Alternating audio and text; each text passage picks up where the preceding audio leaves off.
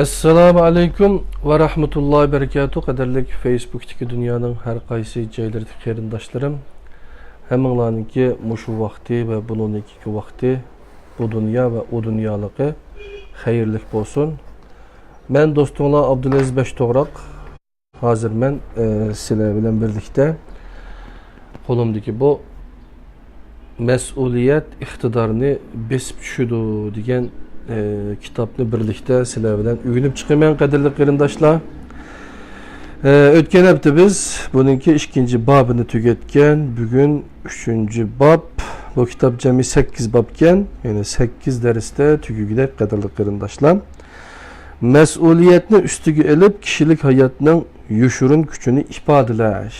Buningdagi temalardan sehrgarning ajoyib mizoni, o'zimizga chek qo'yib olmay hozirgi holatga aktivlik bilan yuzlanishimiz kerak. Her kuni ko'proq ish qilish, mas'uliyat aniq bo'lganda uni texmo ustiga olg'ili bo'ladi degan mazmunlar qadrli qarindoshlar. Anda olsa kitapninki bu kitapni biz Qutatqubilik kitapxonasiga shaga ko'paytirishga berdik, ko'paytib tekchilarga ep qo'ydi. Aşağıdan setib olsanglarmi bo'ladi qadrli qarindoshlar. 60. bet.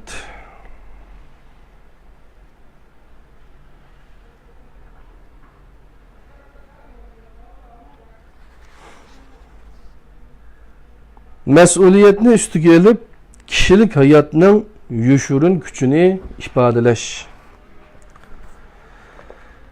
Sehrgarning ajoyib mizoni.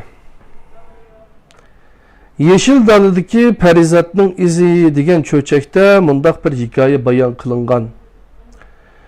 Tolis, shir, mashina odam, qaranchuqlar Zumrat shahriga berib, sehrgarni tepib, onundan qiyin masalalarni hal qilish va maqsadga yetishda lozim bo'ladigan baturluq, iroda va aql farosatga erishishni umid qilibdi. Sehrgar ularga faqat bir oddiy mizonni aytib beribdi. Maqsadga yetadigan kuch amaliyotda o'zinglarda debdi u. Hamma odamning o'zida masalani hal qiladigan kuch bo'ladi. Sehrgar hech qanday yordam berolmaydi. Mana bu o'zimiz uchun yangi hayotlik ochadigan mizon. Reallikqa udul qarab masalani hal qilish va maqsadga yetish baturluq, usul, iroda, aql va mahirlik talab qiladi. Bularning hammasi bizning jismimizga yoshiringan. O bizning to'xtamay tirishib, jismimizga yoshiringan shu iqtidorni qazib chiqarishimizni talab qiladi. Undaqda jismimizga yoshiringan iqtidorimizni qanday usul orqali qazib chiqa olamiz? O usul xizmatda mas'uliyatchanlik tuyg'usini tiklash. Kimki o'z kasbida bir baldak o'rnamoqchi, o'zining turmush sharoitini yaxshilamoqchi bo'lsa, xizmat va turmushda o'zining harakatiga haqiqiy mas'ul bo'lishi kerak. Xizmat jarayonida boshqalar buyurgan ishni qilib qolmay, boshqa qilishga tegishli ishlarni angliq holda qilishi lozim. Shirkat ehtiyojli bo'lsa yoki xaridor ehtiyojli bo'lsa, o'zining subjektiv harakatchanligini joriy qildirishi, tirishib ishlashi lozim. Mushundaq o'y turg'izilsa, ilgariki past deb qaralgan xizmat endilikda ma'nilik bo'lishga boshlaydi. O'zimizning xizmatiga astoydil mas'uliyatchanlik bilan diqqat qilishga boshlaymiz. O'rgangan narsalarimizmi va tamomlagan narsalarimizmi ko'payadi. Ammo mas'uliyatchanlik tuyg'usiga odatda osonla erishgili bo'lmaydi. Chunki u nurg'unlagan ushaq ishlardan tarkib topgan bo'ladi. Shunlashqa biz ishni eng negizlik ushaq ishlarni qilishdan başlashimiz lozim.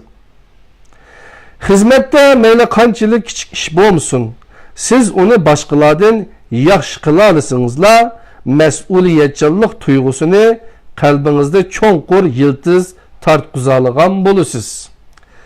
Mesuliyetçilik tuygusu arkalık turmuş ve hizmette özümüzün münevverlikini ve başkalarının eşip düşkerlikini ifadeleyemeyiz. Mesuliyet Adem'nin yuşurun iktidarını kozgaydı ve vicdanını oygutudu. Mesuliyet boğandıla izzet, hürmet ve burç buludu. Amerika'nın ölçemlik nefis şirketinde Acibut isimli bir hizmetçi var idi. O komandörlükü çıkkanda üzüçken mihmanxananın talonuğa imza koyganda her tonu $4 ölçemlik nefit degan sözlerini yezip koyattı. Xatçak ve hüccetlerimi bunun sırtında emes idi. İmza koyganda çokum yukarı sözlerini yezip koyattı. Şu sebepten hizmettaşları tarafından o her tonu $4 dep atılıp kaldı. Ve onun öz ismini hiç kim çakırmaydıgan boldu. Şirketinin lideri Lok Fili bu işini uqqandan keyin şirketning dankını tirishib tashviq qilib kelayotgan xizmatchi ekan, men uning bilan ko'rishiman dedi. Shuning bilan Acibut kechki tomoqqa taklif qilindi. Keyin Lok Fili vazifasidan ayrılganda Acibut onun o'rnida lider bo'lib o'ltirdi. Belkim sizden karşınızca imza koyganda her tonu $4'lık ölçemlik nefit dep yezip koyuş ameliyette hiç kandak iş emestir. Sürüştürüp kelse bu adetteki iş Acibut'un hizmet dairesidir mi emes. Ama Acibut şundak kıldı. O mesuliyet degan sözün mezmununu ahirki çekki yetküzdü. Onu mazak kılgan adamlarının arasında az bolmagan iktidarlık adamlar buluşu, ularning iktidarı, talantı onundan üstün buluşu mümkün. Ama en ahırda Amerika ölçemlik nefis şirketinin lideri boğunu yanıla Acibut boldu. Yanımında bir hikayemi var. 2 yaş bir karxanaga kilip, yani bir şirketga kilip 100 tura imtihanga qatnashibdi. Bu ikisinin ifadesi nahayet yaxshi bo'lib, bir-biridan farqlanmaydi. Ammo şirket fakat bir adam almoqchi edi. Xo'jayin, munda qilayli, ikkinlarga bir vazifa topshiray. Sizlar şirketimiz bu qatim ishlab chiqargan xurum oyoqni Afrikadagi ma'lum bir orolga opirib setib sinab beqinglar. Onundan keyin bana cevabını beringlar dedi. Ularning biri o'zi talabkor bo'lib avval yo'lga chiqdi. Bir aydan keyin o qaytib keldi. O bu mening oyoqlarni sotolmaganligim emas. Masalaning tuguni o oroldagi odamlar hargizmi oyoq kiymaydi ekan. Men buni amal qilamadim. Bu yerde hatta bazar mı yok ekan. O yerga berib oyoq sotaman deyish bekar kuch sarf qilish bo'ladi ekan. Siz o yerdagi odamlarning oyoq kiymaydiganligini bana avval aytib qo'ygan bo'lsangiz, men u yerga bormagan bo'lardim. Meningcha aqlli odam o'ziga muvofiq keladigan yerga berib ishlash kerak. Aqlli odam hargizmo egri yo'l mangmaydi. Bu mening javobim dedi. Yana birisimi Afrikadagi shu orolga berib bir aydan keyin qaytib keldi. O xo'jayiniga xushallik bilan. O yerdagi bozor nihoyat cho'ng ekan. Mening o'ylig'imdanmi eshib ketdi. O yerdagi odamlar oyoq kiyishning foydasini hargizmi bilmaydi ekan. Men ularni kiyib sinab ko'rishga taklif qildim. Agar yaxshi bo'lsa, pul to'lasa bo'ladiganligini, yaxshi bo'lmasa, qaytirsa bo'ladiganligini dedim. O'ylamag'an yerdan ular kiyib beqib salmayla qo'ydi. Bu qatim ishlab chiqarilgan xurum oyoq setilib tugidi. Yana bir muncha zakaz talonlarini elib keldim dedi. İkinci yaş özünün qilgan harakati orqali xo'jayinga javob berdi. Natija nihoyat aniq bo'ldi. Xo'jayin haqiqiy iqtidorli odam hargiz bekinib olmaydi. Balki haqiqiy yo'sinda o'zining qimmatini yarata oladi. Ikkinchi yosh o'zining harakati orqali menga javob qaytardi. O muhim vazifaga qo'yishga arziydigan odam ekan. Chunki o reallikqa udul qaraydi ekan. Vazifani qo'l silib tamomlaydi ekan. Maqsadiga o'g'ishliq yetalaydi ekan. Bu dal uning iqtidori. Onun xizmatdagi mas'uliyatchanlik tuyg'usi onun iqtidorini ashundoq ko'zga ko'rinarli ifodalagan dedi. İkinci odam haqiqatan bu muhim vazifa topshirishga munosib keladigan odam. O butkul setish jarayonidagi qiyinchilikni ta'kidlamadi. Balki xo'jayinga vazifani o'rinlay olganligini aytdi. Onun mas'uliyatchanlik pozitsiyasi oxiri yengib chiqdi. Bu dünyada mas'uliyati bo'lmaydigan xizmat yo'q. Shundaqla mas'uliyatdan xoli odammi yo'q. Aksicha o'rningiz yuqorilab, huquqingizmi cho'ngaygan siri zimmingizdagi mas'uliyatmi eg'irlashib bordi. Mas'uliyatni ustingizga elishdan qo'rqmang. Qat'iy niyatga kelsingizlar, normal kasbiy hayotdagi har qanday mas'uliyatdan höddüsüden çıqalaysiz. Xizmatni oldin qiladimi, yaxshi ishlayalaysiz. Ko'z oldidagi mas'uliyatdan o'zini qochirish dunyodagi eng zo'r dötlük. Mas'uliyatni tayyorlab kutganda, sharoit pishib yetilganda, ondan ustimga olaman deyishmi döt odamning ishi. To'g'ri kelganda uni darhol ustingizga eling. Eng yaxshi tayyorlik degan shu. Eğer mundaq qilishga odatlanmagan bo'lsangiz, sharoit pishib yetilgan taqdirdami har qanday muhim ishni qila olmaysiz. Har bir odamning ustiga olgan mas'uliyati bo'ladi. Xizmatga, oilaga, tuqqanlarga nisbatan muayyan mas'uliyatimiz bor. Hargizmi o'zimchilik qilib, o'z ustimizga olgan mas'uliyatimizni unutib qolmasligimiz kerak.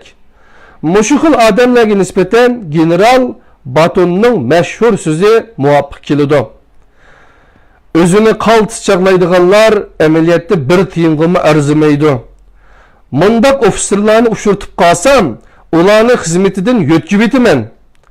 Har bir odam vazifani cho'qim o'z ixtiyori bilan tamomlashi va o'zini beg'ishlab urilishi kerak. Bir odam o'zini qaltis chaqlab oldingi safda jang qilishdan qochsa, o haqiqiy qo'rqinchoq odam. Batonning ta'kidligini har bir odam jangda kuch chiqarishi, eng ehtiyojli yerga berishi, qilishga tegishli ishni qilishi ham o'zining mas'uliyatini unutmasligi kerak deganlikdan iborat. Har bir odam xizmatda tashabbuskor bo'lib, ishini mas'uliyatchanlik bilan qilish kerak. Mushunda qilgandila o'zidagi yo'shirin kuchini uzluksiz qazib chiqqili va ko'ngliga pukkan maqsadini tadrijiy amalga oshirg'ili bo'ladi. Muvaffaqiyat qozonadigan kuch bizning jismimizga yoshiringan. Sehrgarning yordamini izlab borgan behuda ovorchilik. Onun mizoni sehrgarning yordamini izlab borganlik behuda ovorchilik. Onun mizanı bizga bir haqiqiy zakonni aytib berdi. U bo'lsa-mu, o'g'ishsizlik tulib turgan kishilik hayot yo'lida baturlik bilan mas'ul bo'lib, reallikka yuzlanib, kuchimizni yig'saqla, kelgusimiz texmi shalliq va parlaq bo'ladi. Qadrli qarindoshlar, qo'limdagi bu mas'uliyat iqtidorni besib tushudi degan kitob. Rahmetlik dadam Abdug'ani Hoca öz vaqtida menga ivetgan kitap qadrli qarindoshlar. Bu kitobni ko'paytib qo'ydik. Kitobxonlardan setib olsanglar, Qutatbulik kitobxonasida bor. Aşağıdan ko'paytib dijital, ya'ni raqamlik basmada chiqarib kitobxonasi tizib qo'ydi. Aşağıdan setib olsanglar bo'ladi. Hazır biz mas'uliyat iqtidorini besib tushudi degan kitobning 3-bobi bo'lgan mas'uliyatni ustiga elib kishilik hayotning yoshirin kuchini ifodalash degan bobningki birinci mezmunu sehrgarning ajoyib mizonini o'qib o'tdik. Endi ikkinchi mezmun. O'zimizga chek qo'yib olmay, hozirgi holatga aktivlik bilan yuzlanishimiz kerak degan mezmunni birlikda o'rganib chiqamiz, jinim do'stlar.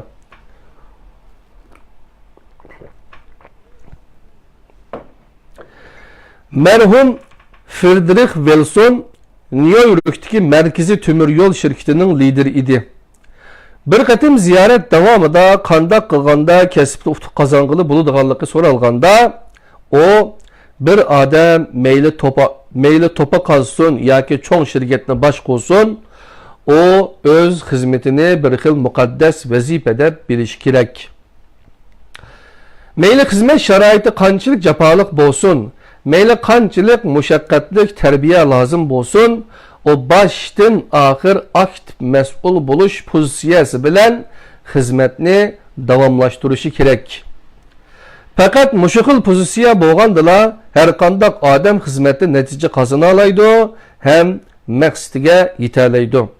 Nishonini amalga oshira olaydi deb javob bergan. Hamma ishni qulining ushudli qilish, inchik qilishni izlanmaslik, xizmetde mas'uliyatni boshqalarga ortib qo'yish, bekinib olish, o'ylanmaslik, bo'shanlik, passivlik qilish, og'rinish, gumonlanishlar xilma-xil sebepler bilen özünün severlikini yushurish qatorliqlar amaliyotda o'ziga qilingan intayin mas'uliyetsizlik. Mechin özünün xizmetinden razı emas idi. O dostlarına zerdis qaynagan halda mundaq deydi. Şirkette mening maaşım en tüven. Onun üstüge hocayımı bana itibarsız qaraydı. Eğer muşundaq buluverdigan bolsa, bir günü xizmetten istifa berip işlemeymen. Sen şirketning soda ahvoli bilan pishiq tanışdingmi? Ular qilayotgan elektr saymanlari soda ishining epini iniq bilib oldingmi? deb so'radi do'sti uningdan. Yo'q, o narsalarni o'rganish menga xush yoqmaydi. Mechin do'stiga parvosizlik bilan javob berdi. Mening taklifim avval ko'nglini to'xtat.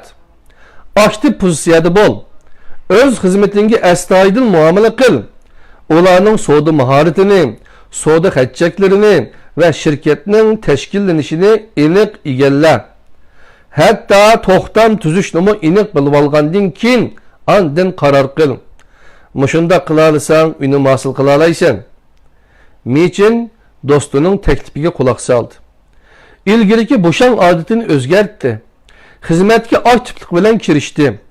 Xizmatdan tushgandan keyin doim ishxonada soda xatchaklarının yezish usulini tadqiq qildi. Yarım yıldan keyin o heliqi do'sti bilan birga bo'lib qoldi. Sen belkim hemen o'g'ilib bo'lding. Yanala ishni tashlab ketay devatamsan deb so'radi heliqi do'sti. Bu bir qancha oydan buyon xo'jayin menga boshqacha ko'z bilan qarayotdi.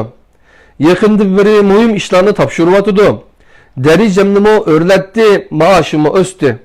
Men shirkatning ishonchli odam bo'lish qaroriga keldim, dedi Mechin do'stiga.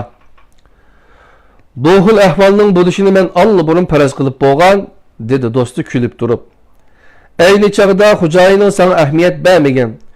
Chunki sen xizmatni lag'aylab yurding. Ishlarni qo'lingning ushudli qilding. Tirishib o'rganmading. Hozir xizmatda pozitsiyang aktiv, vazifalaring ko'p bo'ldi, iqtidoring zo'raydi. Ondaq bo'lgandan keyin xo'jayin sana albatta yangicha nazar bilan qaraydi-da. Her bir şirkette xo'jayin ashundaq ishni qo'lning ushudli qiladiganlarni ko'zga ilmaydi. Ularning eng e'tibor beradiganı astoydil, mas'uliyatchan xizmatchilar. Ashundaq ishni qo'lning ushudli qiladigan odamlar turmushqa, xizmatning hozirgi holatiga yuzlanmaydi. Ular xizmatda mas'uliyatsizlik qiladi, o'xshashla o'ziga intayin mas'uliyatsizlik qiladi. Çoğun bir şirket xadim qisqartmoqchi bo'ldi. Jeli bilan Roşlamo baxtga qarshi ishdan bo'shtilish tizimligiga kirib qoldi. Ularga bir oydan keyin xizmatni to'xtash uqtirildi. Bu ikkisi şirkatda 10 yilga yaqin ishlagan edi. Jeli uyga qaytgandan keyin kecha uxlay olmadi. İkinci günü o qattiq açıqlab, uçurğanla Ademge nağıqçılıqdan dert töktü. Men şirkette şunca uzun yıl işledim. Adette birilip işledim. Körsetken töhbem bolmasımı tartqan jabayım ba. Nemige asaslanıp meni qisqartı diken dep dastlabda başqalar onunğa histoshlik qilib bir necha eg'iz tasallimi berdi. Ammo Celi kutulda avagashki başqalar onundan bizar bo'ldi. O daritmalar avagashki bu ishni xuddi başqalar onunğa ziyonkashlik qilgandek bo'lib, hech kimning ko'ziga sig'madi. Hech kim chiroyini ochmadi.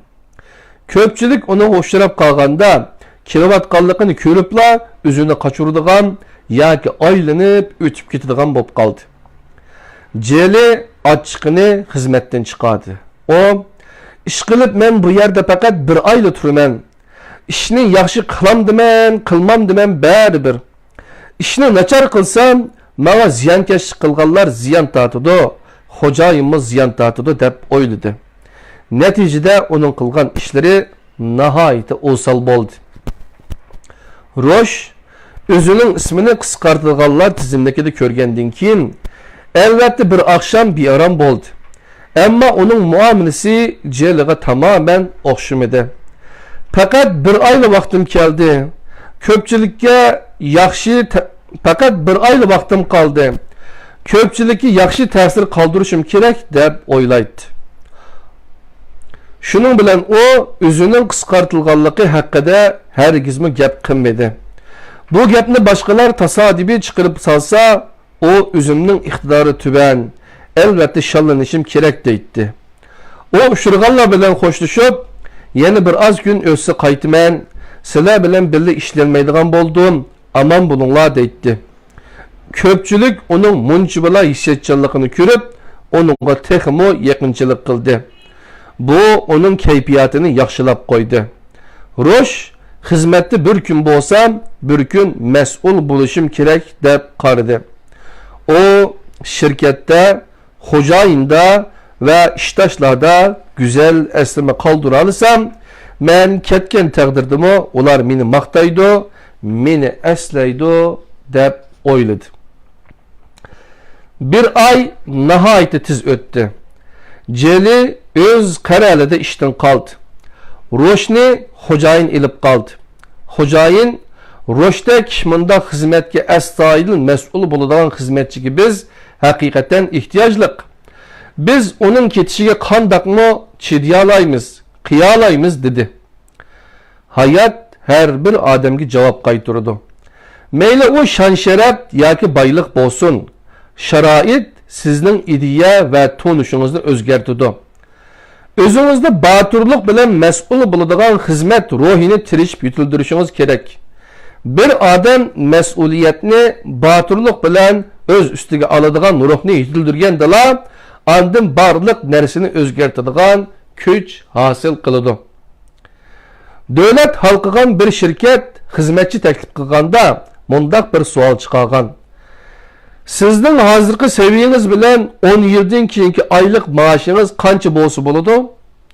Sizдің köngüldükidək maaş, sizдің köngülünüzdükidək maaş qancha bolish kerak? Neticede maaşının sanını acayip yuqori yazganlarının hemmisi dügidek qabul qilingan. Keyin imtihan alğuchi amaldor tushundirib mundaq degan. Bir adam o'zining 10 yildan keyingi maoshini hozirqidan hech qancha o'zgarmaydi yoki ozroq yuqori bo'ladi deb qarasa, o o'zining o'g'inish va ilgarilash qadamlariga gumon bilan qaragan bo'ladi.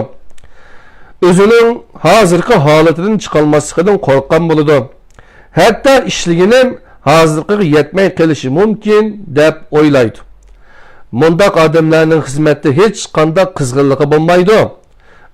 O'zini asalda cheklab, bir kun rahib bo'lsang, bir kun dang ur degandek kun o'tkazadi.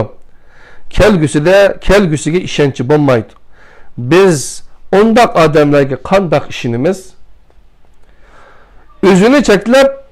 O'zini cheklab qo'yish qarışının kişiye elip kilidini mağlubiyetten vahimi yiyish, mağlubiyetki adetlenip qilish, ishonchi ve cesaretini yo'qotish, asta aciz, tar özünü kemsitadigan, kishiga aralashmaydigan, mas'uliyatni ustiga olishdan qo'rqadigan, algı intilishni o'ylamaydigan, jon tikib elishmaydigan ruhiy holatni yetildirish bo'ladi.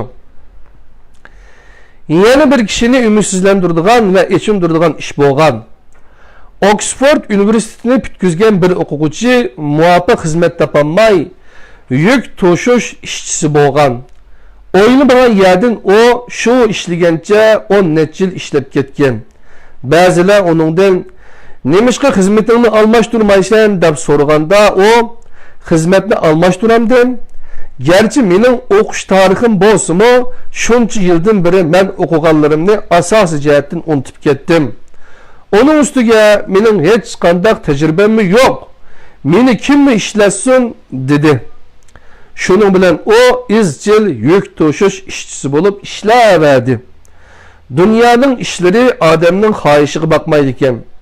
Şirket boshqaruv sababidan xodimlarni qisqartishni boshladi. Bu qisqartish Oxford Üniversitesini bitkizgan bu o'quvchini o'z ichiga oldi. Şunun bilen o yük to'shish ishini ishlamay qoldi. Qadrli qarindoshlar. Şirketning direktori onun qisqartilganlik sababini so'zlab o'tib, mundaq dedi. Mundaq yeb ichishga qanoat qiladigan odam hech qanday qimmat yarata olmaydi. Onun mavjudligi yoki emasligining shirkatga nisbatan hech qanday ahamiyati yo'q. Bu yaratmishning odamni ahmoq qilish emas, talantli kishini nasbas qilmoqmi emas. Bu xil kishilarning o'zini cheklab qo'yish qarashi ularning istiqbolini nobud qilgan, hozirgi holatidan rozi bo'ladigan qilib qo'yib, ilgirlashni xohlamaydigan qilib qo'ygan. Amerikaning sobiq zo'tuni Roosevelt "Sizning ma'qulligingiz bo'lmasa, hech kim sizni past odam deb qaramaydi" degan edi. Sizning ma'qulligingiz bo'lmasa, hech kim sizni past odam deb qaramaydi degan edi Roosevelt. Eğer siz o'zingizni past odam deb qarasangiz, buni o'zingiz qaror qilgan bo'lasiz. Siz hargizmi past odam emas. O'zini cheklab qo'yish ideyasi bizni o'zimizga taalluq bo'lmagan töven saviyadagilar qatoriga qo'yib qo'ygan. Tangri bizni hargizmi o o'ringa qo'ymagan. Biz ondaq saviyadan nere turayli? Henry Ford. Men xizmatni aktivlik bilan ishlaydigan xizmatchilarni nihoyat yaxshi ko'raman. Chunki ularning aktivchanligi xaridorlarning aktiv kayfiyatini qo'zg'aydi, sodimi putidi deydi. Agar biz har bir xizmatga aktiv ruhiy holat bilan yuzlangan bo'lsak, ruhimizda qaynab turgan cheksiz energiya paydo bo'ladi. İlgirlash ruhimizni va yangilik yaratish ilmimizni siljita olamiz. Mundaqda oddiy xizmat o'rnida ishlayotgan xizmatchimi oddiy bo'lmagan natijalarni yarata oladi. Nurg'un odamlar o'zini shirkatda har kuni xuddi cho'ng mashinaning chiqchaqiga tayinib qolgandek his qilib, aktivchanlik ruhini yo'qotadi. O'zining xizmatining muhimligini bilmaydi. Her kuni bo'shanlik qilib, boshqalar topshirgan ishlarni bo'shanlik bilan qilgandan tashqari xizmatda boshqa narsalarni o'rganishni xohlamaydi. Natijada vaqtni isrof qiladi, zehniy kuchini xo'ritadi, hech qanday ilgirlashlarga erisholmaydi. Aksicha xizmatda qalaymaqonlashadi. Bu bir xil o'zigimi, boshqalarga mas'uliyatsizlik qilishning ifodasi. Bir faylasuf mundaq degan: "Meni sen qandaqli xizmatni qilma, bütün vücudun bilan qil. Shundaqda sen her kuni muayyan ilgirlashga erisha olaysan. Meyli bilimlik sarxillar bo'lsin yoki odatdagi fuqaro bo'lsin, o'z xizmatiga passiv pozitsiyada bo'lmasligi kerak. Agar kim o'z xizmatini tuvan chaqlasa, ularning xizmati har kuni başqalarınkinden azdan arkada qoladi. Ahiri bir kuni boshqalar ularni butunlay arkada qoldirdi. Fakat hizmetni aktifçilik bilen işlep, qilchi bexastalık qilmagandilar. Hizmet jarayonida meselelerini bayqıgılı, ilgiligili, her vakit ilgirilep menişqa kapaletlik qilgılı boludu. Qadirli qirindaşlar, hazır biz sizler bilen birlikte öğreniyotgan, okuvatgan kitap Mesuliyet iktidarını besip düşüdü degan mono peçet bir kitap qadirli qirindaşlar. Bunu köpeytip raqamlik basmada köpeytip meni qo'limdagi mana shu kitap odatda shu nashriyatdan chiqqan kitapga o'xshaydi. Qutatqu bo'lib kitobxonasida shaga qo'yib qo'ydik, sharni setib olsanglar bo'ladi. O'qishga vaqti yetmagan qarindoshlar tadbiriyay sin darsimizdan tinglab to'sanglarmi bo'ladi, jinim do'stlar.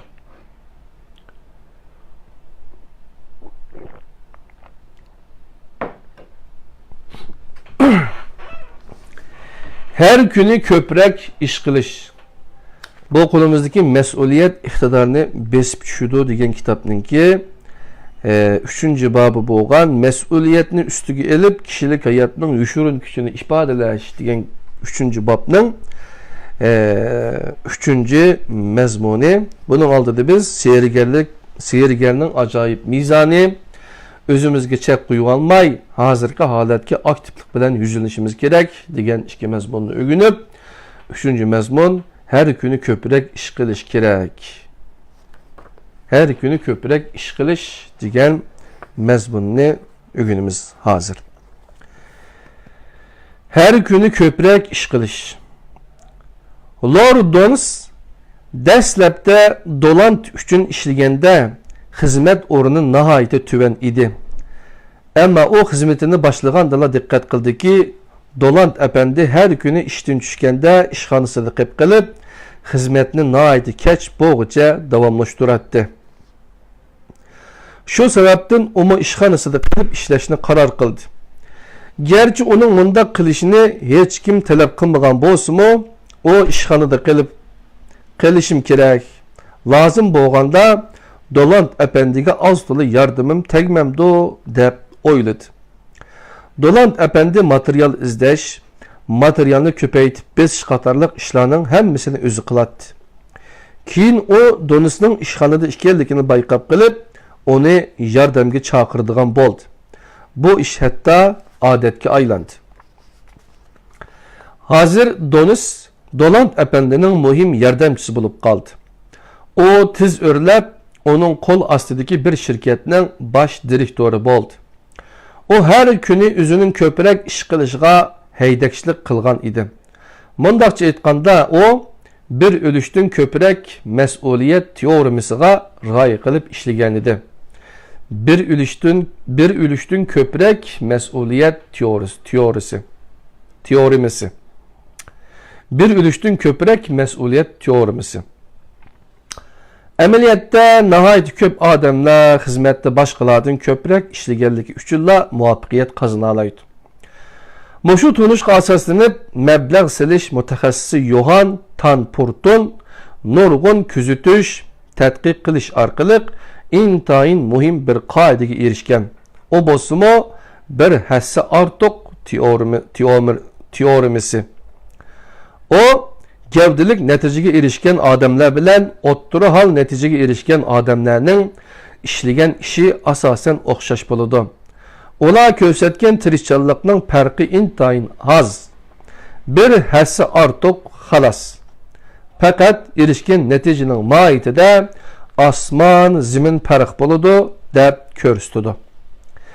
Eylül'nün hayatı da çonqur təsir kaldırgan bir qatımlıq vəzifi östürüşke bir kiçik iş sebep boğan.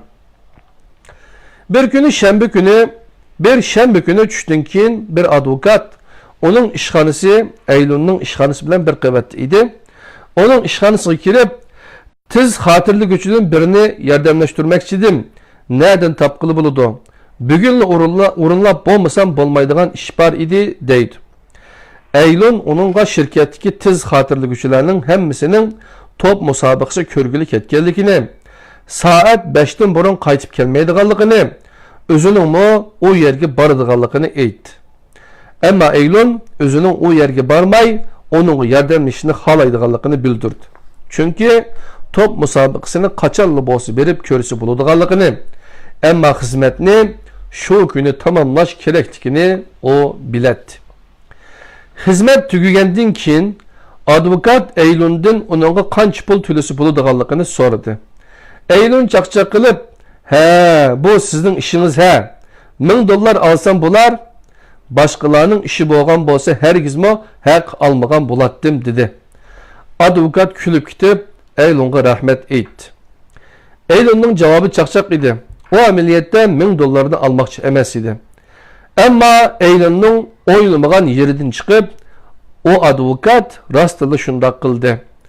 6 oydan keyin Eylon bu ishni butunlay unutib ketgan chaqda advokat Eylonni izlab kirib $1000 berdi.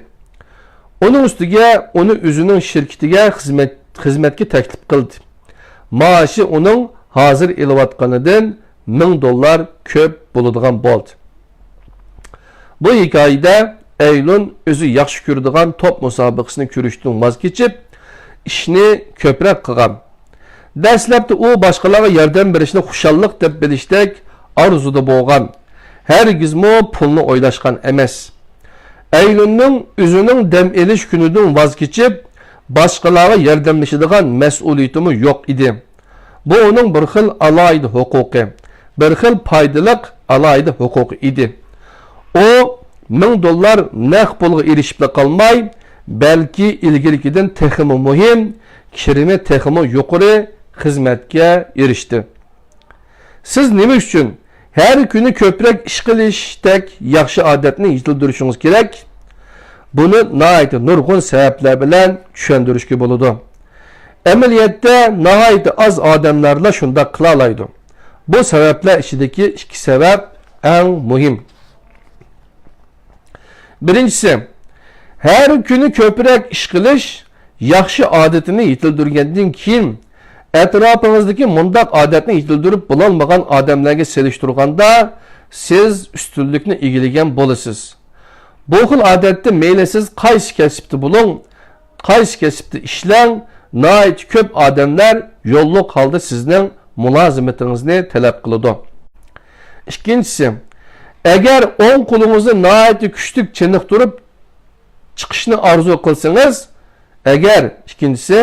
agar o'ng qo'lingizni nəhayət kuchli qilib chiniqtirib chiqishni orzu qilsangiz, uning birdan bir yo'li uningga eng jafoliq ishlarni qildirish. Aksicha bo'lganda, agar o'ng qo'lingizni uzun muddat ishlatmasangiz, uni e'tiborlab ayab qo'ysangiz, oqibatda o eng ojiz qo'l bo'lib qoladi. Hatto yigilab qilishi mumkin.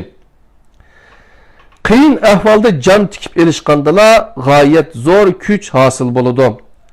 Mana bu kishilik hayotning mangulik o'zgarmas qonuniyati. Agar siz zimmingizdagi xizmatni ko'proq ishlasangiz, ondaqda o'zingizning tirishqoq, go'zal axloqini namoyon qilib qolmay, balki bir xil darajadan tashqari mahorat va iqtidoringizni rivojlantira olasiz. Ham kuchli yashash iqtidoriga ega bo'la olasizda qiyin ahvoldan qutulasiz. Jamiyat taraqqiy qiladi. Shirkatlar o'sib yetiladi. Uningga ergishib shaxslarning mas'uliyat doirasini kengaydi. Doim bu mening doiramdagi ish emas deb mas'uliyatdan qochmaslik kerak.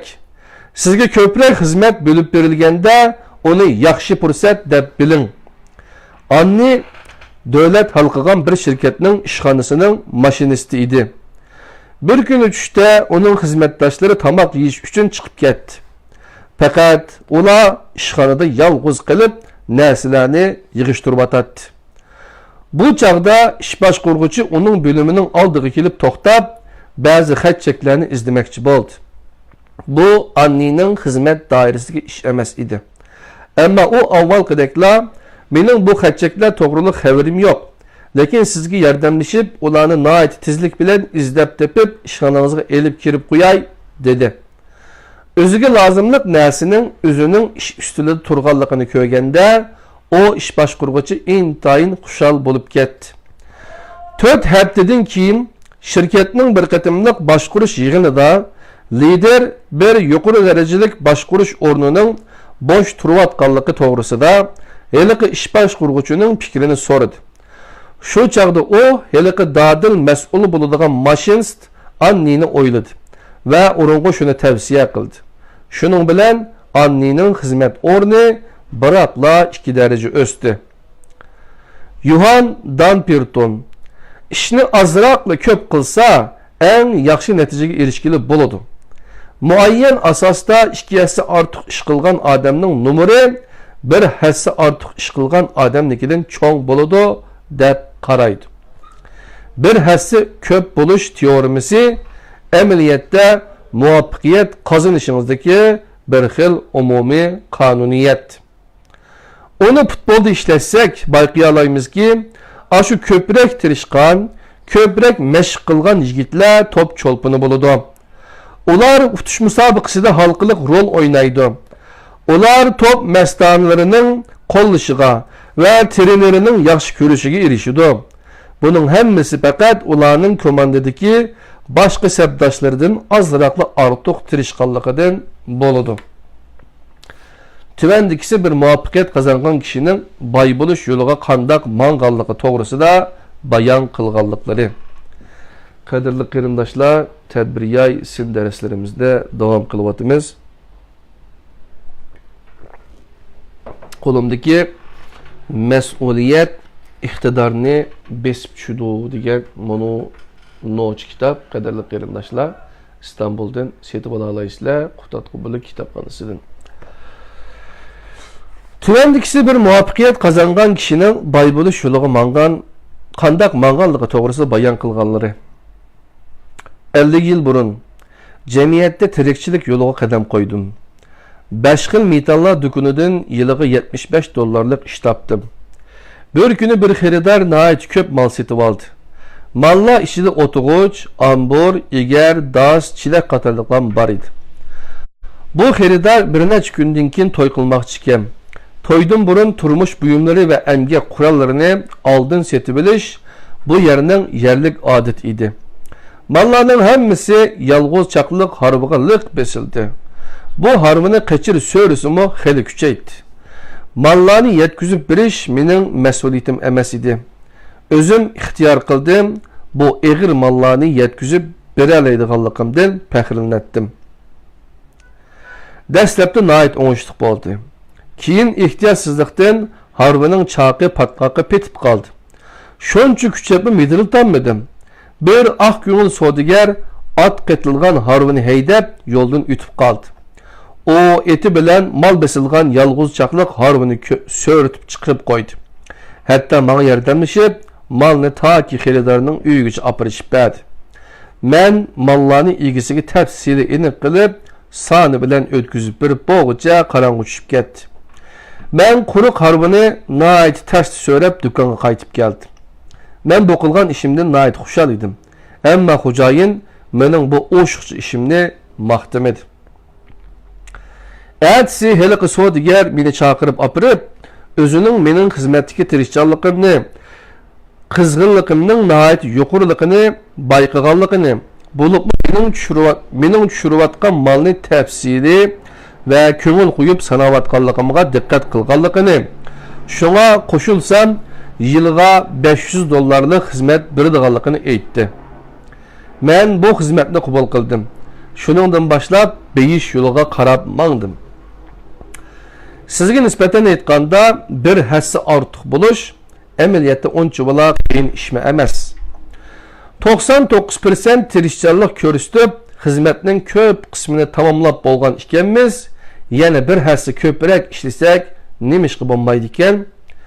Amaliyotda xizmat turmushda doim bizda kam bo'ldigini ashu bir hassa ko'proq ishlashga lozim bo'ladigan azroq mas'uliyat, iroda, kasbchan pozitsiya va o'zligidan qo'zg'aladigan ruh.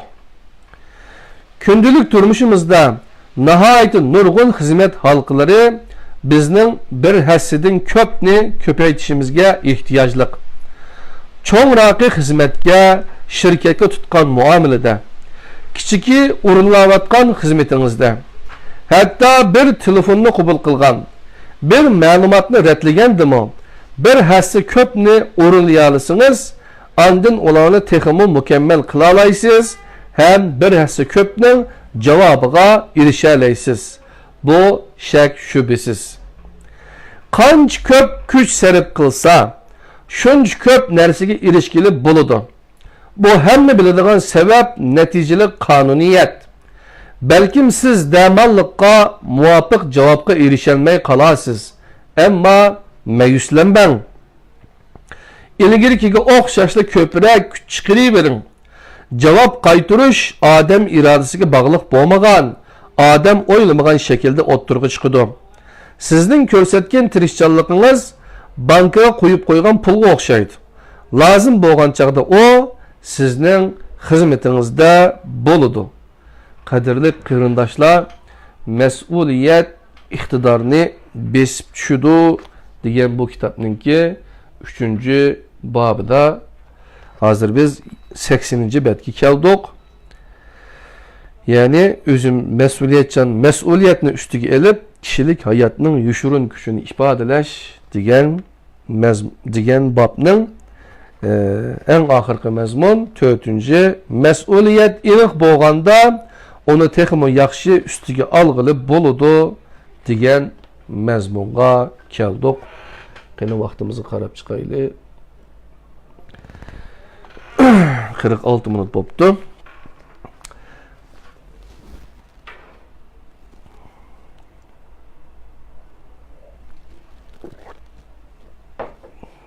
Mas'uliyat iniq bo'lganda uni texmi yaxshi ustiga olg'ili bo'ladi. Tangri dunyoni yaratgandan keyin mahluqotlarni yaratibdi. Shuning bilan cho'ng yig'in ichib, ularga umr beribdi. Tangri odamlarning umri 20 yil, kalalarning umri 30 yil, to'qlarning umri 25 yil bo'lsin debdi. Odam: Tangri, men sizlarni intayin hurmatlayman. Bizning umrimiz bek qisqa bo'lib qopti. Hayotlikning lazzatidan bahramand bo'la olmaydi ekanmiz debdi. Tangri hech nima demabdi. Kala debdi: Tangri, men har kuni ishlayman. Siz menga 30 yillik umr beribsiz. Undaqda men 30 yil ishlaymanmi? Bu jafoni azaytqili bo'lmasmi? To'g'ri debdi. Men har kuni tangdan xabar berib, naydi jafo tortaman. Mening ömrümni qisqartqili bo'lmasmi? Tangri debdi. Bo'ladi. Kala bilan to'xu har ikkinglarning 20 yillikdan ömrünü odamga beray. Shuningdan keyin odamlarning umri 60 yil bo'libdi. Oldingi 20 yilda odamdek xushal yashapti. Keyingi 20 yilda oilaning turmushini qondash uchun kaladek jafoliq ishlabdi. Oxirgi 20 yilda tangdan xabar berguchi to'xudek atigan turib uydagilarni uyg'otibdi. Bu bir masalkan qadrli qarindoshlar, boshqacha o'ylab qolmanglar. Bizning har birimizning mas'uliyati bor.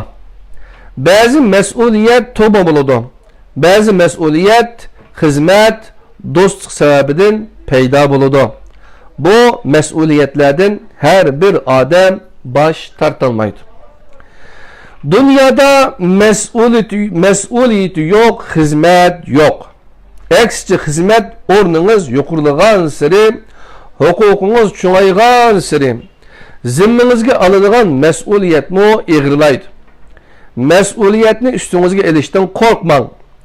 Qat'iy niyatga kelsingizlar, cho'qim xizmat, turmushdagi har qanday mas'uliyatni normal ustingizga ola olasiz. Hem çokum ilgilikilerden yaxshi o'rinlay olasiz.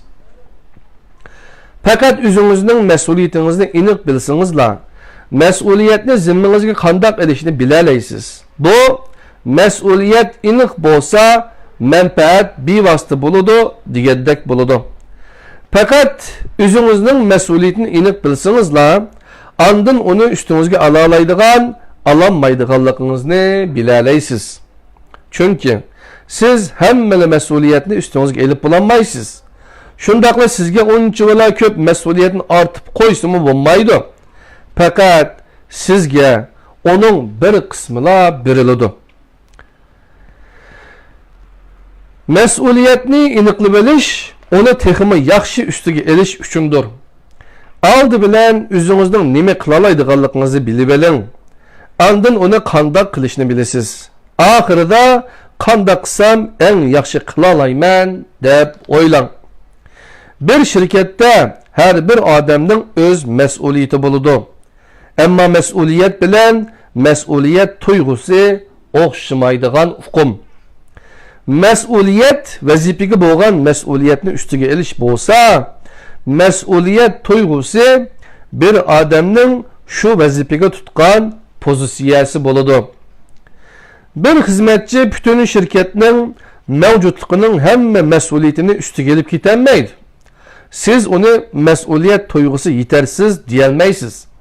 Shuning uchun her bir adamning mas'uliyatini aniqlab bilishi nihoyatda zarur. Özünün mas'uliyatini tushunishning yana bir yaxshi tarafi mas'uliyatni boshqalarga ittirib qo'yishni azaytqili bo'ladi. Mas'uliyatning chegarasi mushmal bo'lgan chaqdala kishilar osonla mas'uliyatni o'zaro ittiradi. Korxonalarimizda mas'uliyat, ya'ni shirkatlarimizda mas'uliyat aniq bo'lishi kerak. Bir shirkatda ishlaganda oldi bilan nima ish qilayotganligingizni aniq bilishingiz kerak. Öz xizmetini yaxshi qilgan odam boshqa ishlarni qila oladi. Aksicha o'zining xizmetini yaxshi qilolmaydigan odam qandaqmi eng muhim mas'uliyatni ustiga ola olsin. Umuman bir qism odamlar boshqalar qila olganini men qila olmayman deb o'ylaydi. Amaliyotda dal mushundaq odamlar hech qanday ishni yaxshi qila olmaydi. Bir muvaffaqiyat qozongan universitet o'quvchisi mundaq deydi: Özünün nima ish qiladiganligini tushungan odam mas'uliyatning yarmini tamomlagan bo'ladi. Özünün nima ish qilaoladiganligini, nima ish qiladiganligini tushungan odam mas'uliyatining yarmini tamomlagan bo'ladi. Aslında sizib qo'ydigan gap, qadrli qarindoshlar.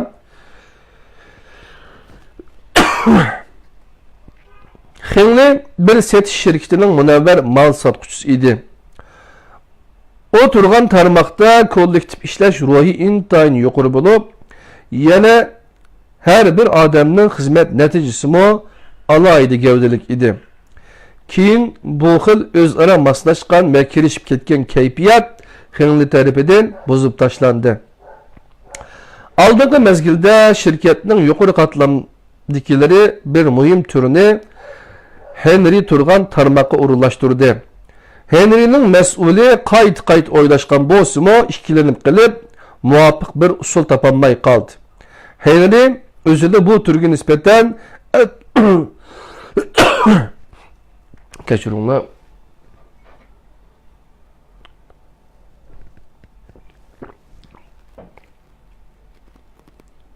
Oldingi mezgilda şirketning yuqori qatlamlaridagi bir muhim turni Henry turgan tarmoqqa o'rinlashtirdi.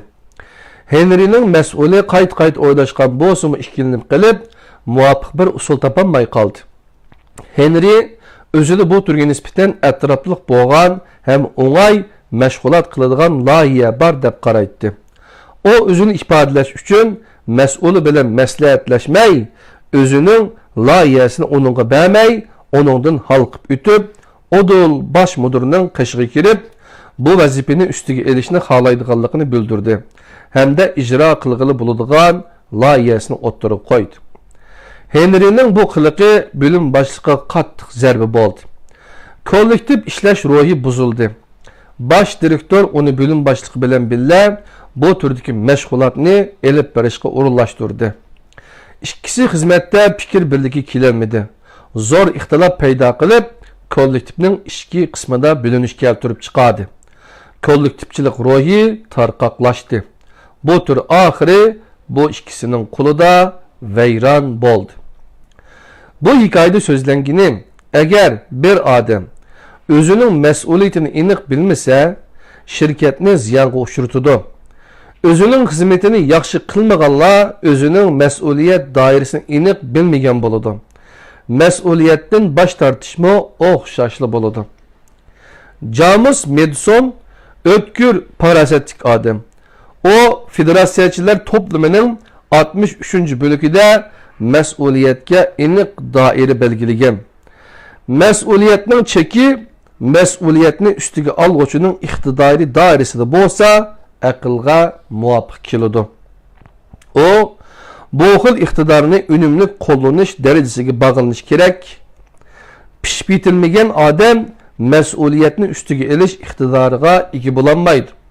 Bu o'zining donoligini ifodalamaslik qoidasi dunyoda o'rinlangan ishlarning hammasini odam qiladi.